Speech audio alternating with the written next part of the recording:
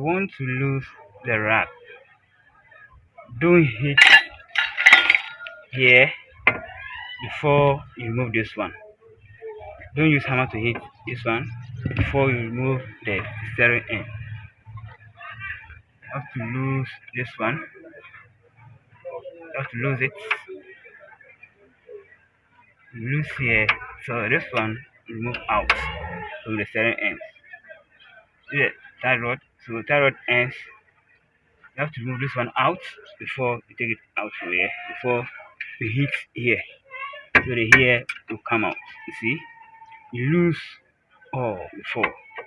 So don't try this before this one will come out until you remove the ends, the tie rod before the ends will come out like this. Like this one.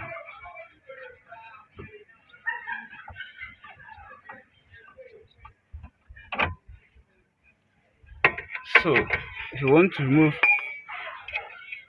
the ends like this one, don't hit it while this one is joined together. Don't hit it.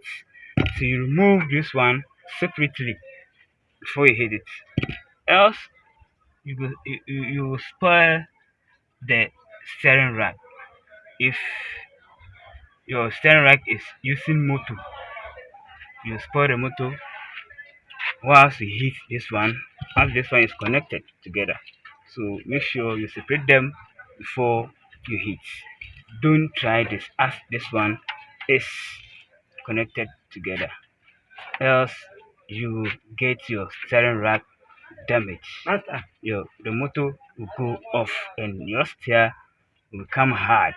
So don't try this until you separate them before you hit here. Subscribe to the K Garage.